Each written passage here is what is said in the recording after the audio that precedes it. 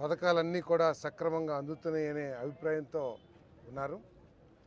అక్కడక్కడ కొన్ని సాంకేతిక కారణాలతో కొంతమందికి రాకపోయినప్పటికీ కూడా 100కి 95-96% మందికి పథకాలు వస్తున్నాయి.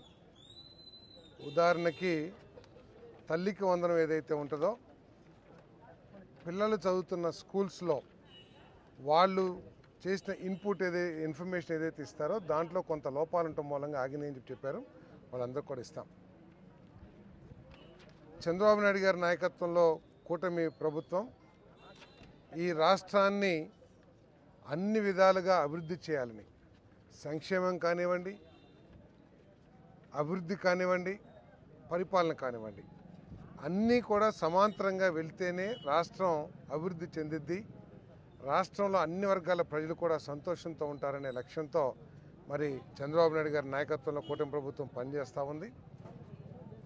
చంద్రబాబు నాయుడు గారి నెత్తి మీద 10 లక్షల కోట్ల అప్పుల తట్టని పెట్టినా కూడా ఆయనకున్న విజన్తో కానివ్వండి, ఆయనకున్న అనుభవంతో కానివ్వండి, ఈ రాష్ట్రాన్ని పట్టాలెక్కించి మరి ఇవన్నీ కూడా ఈ కార్యక్రమాలన్నీ కూడా ఏదైతే ప్రజలకు హామీ ఇచ్చామో వాటన్నిటిని కూడా ముందుకు తీసుకెళ్తున్నామని చెప్పేసి మీకు మనవి చేస్తాను నేను. మరి దాదాపు 34,000 కోట్ల రూపాయలతో ఎన్టీఆర్ భరోసా పెన్షన్ కానివ్వండి, 10,091 కోట్ల రూపాయలతో తల్లికి వందనం కార్యక్రమం కానివ్వండి, దాదాపు 3,000 కోట్లతో దీపం 2 పథకం కానివ్వండి, మరి ఇంకొక 2-3 రోజుల్లో, ఒక వారం 10 రోజుల్లో అన్నకి మన అన్నదాత సుఖీభవ కార్యక్రమం ఇవ్వబోతా ఉన్నాం. అదేవిధంగా మరి ఆగస్టు 15 నుంచి ఉచిత బస్సు మహిళలకి ఇచ్చే కార్యక్రమం కూడా చేయబోతా ఉన్నాం.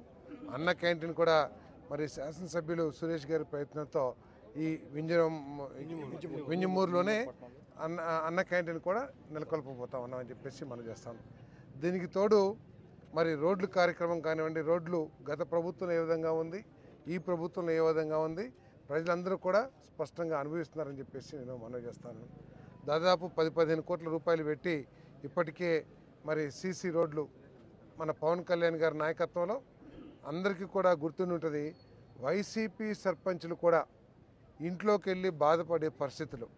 ఎందుకంటే పంచాయతీలో ఉన్న ప్రతి రూపాయిని కూడా ఆనాటి ప్రభుత్వం వారికి తెలియకోకుండా, పంచాయతీ ప్రెసిడెంట్కి ఆ బోర్డు ఏదైతే ఉంటుందో వాళ్ళకి తెలియకోకుండా లాగేసుకున్న పరిస్థితుల నుంచి ఈరోజు ప్రతి పైసా మీద, పంచాయతీకి సంబంధించిన ప్రతి పైసా కూడా పంచాయతీల హక్కు అని చెప్పేసి మరి 13,000 మన గ్రామాల్లో మన గ్రామ సభలు నిర్వహించి 4,500 కోట్ల రూపాయలతో సీసీ రోడ్లు వేసే కార్యక్రమం చేశాం.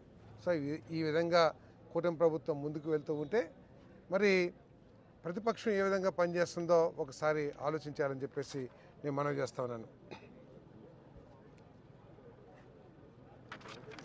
వాళ్ళు 5 సంవత్సరాల్లో బటన్ నొక్కటం తప్పితే ఈ రాష్ట్ర భవిష్యత్తు కోసం ఫలానా కార్యక్రమం చేసామని చెప్పుకుంటానికి ఏమీ లేక, లేదు కూటమి ప్రభుత్వం చేస్తున్న కార్యక్రమాల్లో ఇది తప్పు అని ఎంచి చూపించే ధైర్యం లేక, కేవలం విద్వేషాలను రెచ్చగొట్టి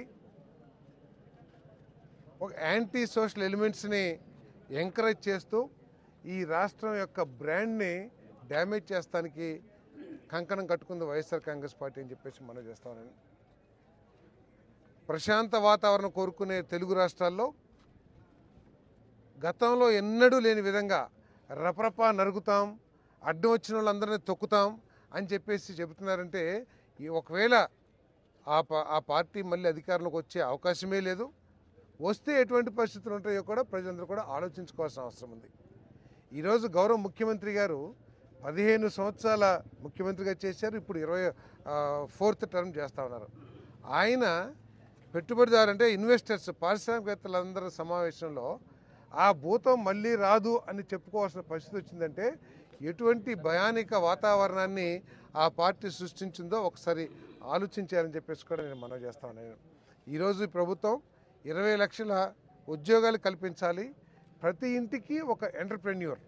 మీరు విమర్శించవచ్చు, ఏంటి ఇంటింటికి ఒక వ్యాపారవేత్త ఏంటని. వ్యాపారవేత్త అంటే కోట్ల రూపాయలు పెట్టుబడి పెట్టిన వాళ్ళే వ్యాపారవేత్త కాదు. ప్రతి ఒక్కరికి ఒక్కొక్క స్కిల్ ఉంటుంది. నాకు ఒక స్కిల్ ఉంటుంది, సురేష్కి ఒక స్కిల్ ఉంటుంది, చెంచులు బాబు గారికి ఒక స్కిల్ ఉంటుంది. ఈ స్కిల్స్ని ఆసరాగా చేసుకుని ఏ విధంగా అభివృద్ధిలోకి తీసుకురావచ్చు ఆర్థిక సాయం చేస్తే అనే ఆలోచనతో దేశంలో ఎక్కడా లేని విధంగా స్కిల్ సర్వే కూడా చేస్తున్నామని చెప్పేసి మనం చేస్తాను. ఇప్పటికే 10 లక్షల కోట్ల రూపాయల పెట్టుబడులు ఈ రాష్ట్రంలోకి వచ్చినాయి. నిన్నటికి నిన్న క్యాబినెట్లో ఒకే క్యాబినెట్లో 80,000 కోట్ల రూపాయల పెట్టుబడుల్ని ఆమోదించడం జరిగిందని చెప్పేసి మనం చేస్తాను. దాని ద్వారా 1,50,000 ఉద్యోగాలు రాబోతూ ఉన్నాయి. ఇప్పటికే వచ్చిన ఈ ఒక్క సంవత్సర కాలంలోనే వచ్చిన దాదాపు 8-9 లక్షల కోట్లు ఏదైతే పెట్టుబడి ఉందో, అంటే 10 లక్షలు 12 లక్షలకి అగ్రిమెంట్స్ అయినాయి, కానీ 7 నుంచి 8-8.5 లక్షల దాకా ఆల్రెడీ కార్యక్రమాలు మొదలైనవి. ఇవన్నీ కూడా 27-28 కల్లా పూర్తి చేయాలని చెప్పేసి మేము పట్టుదలతో ఉన్నాం, ప్రభుత్వం పట్టుదలతో ఉంది. అవన్నీ పూర్తయితే దాదాపు 5-6 లక్షల మందికి ఉద్యోగ అవకాశాలు వచ్చే పరిస్థితులు ఉంటాయని చెప్పేసి మనం చేస్తాం. ఈరోజు గత ప్రభుత్వానికి ఈ ప్రభుత్వానికి తేడా ఏంటంటే, గత ప్రభుత్వం అమ్మఒడి లేకపోతే ఫీజు రింబర్స్మెంట్ ఇచ్చేసి చేతులు కడిగేసుకుంది, నా బాధ్యత అయిపోయిందని. కానీ చంద్రబాబు నాయుడు గారు ఆ విధంగా నేను తల్లికి వందనం ఇచ్చాను, ఫీజు రింబర్స్మెంట్ బకాయిలు ఇచ్చానని చెప్పేసి చేతులు కడుక్కున్నాను సిద్ధంగా లేరు. చదువుకున్న ప్రతి పిల్లవాడికి కూడా ఉద్యోగ అవకాశాలు కల్పించాలి. ఉద్యోగ అవకాశాలు కల్పించాలంటే ఈ రాష్ట్రంలోకి పెట్టుబడులు బాగా రావాలి, పారిశ్రామికవేత్తలు ఇక్కడికి వచ్చి పెట్టాలి, సాఫ్ట్వేర్ రంగం లేకపోతే మ్యానుఫ్యాక్చరింగ్ రంగం ఇవన్నీ కూడా అభివృద్ధి చెందాలనే లక్ష్యంతో అందరినీ కూడా మరి ఇక్కడ ఈ రాష్ట్రానికి ఆహ్వానించి పెట్టుబడులు పెట్టించే విధంగా చేస్తారని చెప్పేసి మనం చేస్తాను. మరి ప్రతిపక్షం వాళ్ళు పరామర్శ పేరుతో గ్రామాల్లో నియోజకవర్గాల్లో విద్వేషాలు గొడవలు సృష్టించి లబ్ధి పొందడానికి ప్రయత్నం చేస్తున్నారు. ఆయన ఒకసారి ఆలోచన చేయండి. తెనాలి అనే ప్రాంతంలో గంజాయికి అలవాటు పడి రౌడీ షీట్లు పెట్టించుకుని సమాజంలో ఆ వాడల్లో అరాచక కార్యక్రమాలు చేస్తున్న ఇద్దరిని పోలీసులు శిక్షిస్తే వారిని పరామర్శ చేస్తానికి, అంటే నువ్వు సమాజానికి ఎటువంటి సందేశం ఇస్తున్నావు అని చెప్పేసి ఒకసారి ఆలోచించుకోవాలి. యువతంతా కూడా నీ ప్రభుత్వంలో గంజాయి ఎక్కువగా అందుబాటులో ఉండి పెడదవ పడ్డ విషయం రాష్ట్ర వ్యాప్తంగా దేశవ్యాప్తంగా కూడా తెలుసు. దేశంలో ఎక్కడ గంజాయి పట్టుకున్నా కూడా ఆంధ్రప్రదేశ్ నుంచి లేకపోతే ఫలానా జిల్లా నుంచి వస్తుందని చెప్పుకునే దౌర్భాగ్య పరిస్థితి నుంచి ఈరోజు చాలా కఠినాత్మకమైన చర్యలు తీసుకుంటున్నారు. గంజాయి మొక్క పెంచినా గంజాయి అమ్మినా వాళ్ళ మీద కఠిన చర్యలు తీసుకుంటానికి ప్రభుత్వం చిత్తశుద్ధి ఉంది కాబట్టి అది తగ్గింది. నువ్వేం చేస్తున్నావు? ఆ గంజాయి సేవించే వాళ్ళ దగ్గరికి వెళ్ళి పరామర్శించి నువ్వేం బాధ లేదు నేనున్నాను అని చెప్పేసి ధైర్యాన్ని కల్పిస్తున్నావు. ఎటువంటి సమాజాన్ని నువ్వు కోరుకున్నావు ఒకసారి అర్థం చేసుకోమని చెప్పేసి మనం చేస్తాను. అదేవిధంగా ముఖ్యమంత్రి గారు మా నియోజకవర్గానికి వచ్చారు. ఒక గొర్రెల కాపరిల్లు, 1 సెంట్లోనో ఇల్లు ఉంటుంది, అక్కడే 2 గేదెలు 10-15 మేకలు, అక్కడే గడ్డి పేడ అంతా ఉంటే అక్కడికి ఒక ముఖ్యమంత్రి గారు వెళ్తారని ఎవరు ఊహించరు. కానీ ఆయన ఆ ఇంటికి వెళ్ళి దాదాపు అరగంట నా నియోజకవర్గమైన నన్ను బయటపెట్టి ఆయన వారితో నీ సమస్యలు ఏంటి, గేదెల పెంపకంలో కానీ గొర్రెల పెంపకంలో కానీ నీకున్న సమస్య ఏంటి, నీకేం చేస్తే నీకు మేలు అవుతుందని చెప్పేసి వారింట్లో, అదేవిధంగా రోడ్డు అమ్మటే టిక్కీలాగా ఉంటుంది ఏది క్షవరశాల హెయిర్ కటింగ్ సెలూన్, ఆ కుర్చీలు ఆ కిర్రమని చెక్క కుర్చీ ఏదైతే ఉంటుందో దాంట్లో 20 నిమిషాలు కూర్చుని వారితో ఏంటి తమ్ముడు నీ సమస్య ఏంటి, నీకేం చేస్తే బాగుంటుంది, ప్రభుత్వం నుంచి ఏం ఆశిస్తున్నావు అని చెప్పేసి మాట్లాడటం కానివ్వండి. చెప్పులు కుట్టుకునే ఒక దళిత సోదరుని కారులో ఎక్కించుకుని వెళ్ళి ఆయన పక్క సీట్లో కూర్చోబెట్టుకుని మేము కూడా ముఖ్యమంత్రి గారి పక్కన ఎప్పుడు కూర్చుందాం అని చెప్పేసి సురేష్ కానీ నేను కానీ ఆలోచిస్తూ ఉంటాం. సో అటువంటి ప్లేస్లో ఒక దళితుని చెప్పులు కుట్టుకునే దళితుని తీసుకెళ్ళి కూర్చోబెట్టుకుని ఏంటి అని సమస్యలు ఏంటి మీ ఊర్లో సమస్యలు ఏంటి అడిగారంటే ఎటువంటి సందేశాన్ని చంద్రబాబు నాయుడు గారు ఇస్తున్నారో ఈ రాష్ట్ర ప్రజలు అర్థం చేసుకోవాల్సిన అవసరం ఉందని చెప్పేసి మనం చేస్తాను. మరి ఇప్పుడు ఈ కార్యక్రమంలో మరి ఎమ్మెల్యే గారు మీరు తిరిగేటప్పుడు ఇక్కడ సమస్యలు కొన్ని చెప్పారు.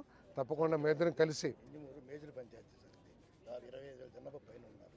నెల్లూరు జిల్లాలో అన్ని కాన్స్టిట్యూషన్ మున్సిపాలిటీ ఉంది, ఉదయగిరి ఇప్పటికే నాకు తెలిసి ఇప్పటికే ఎమ్మెల్యే గారు నాకు తెలిసి ప్రయత్నం చేస్తున్నారు.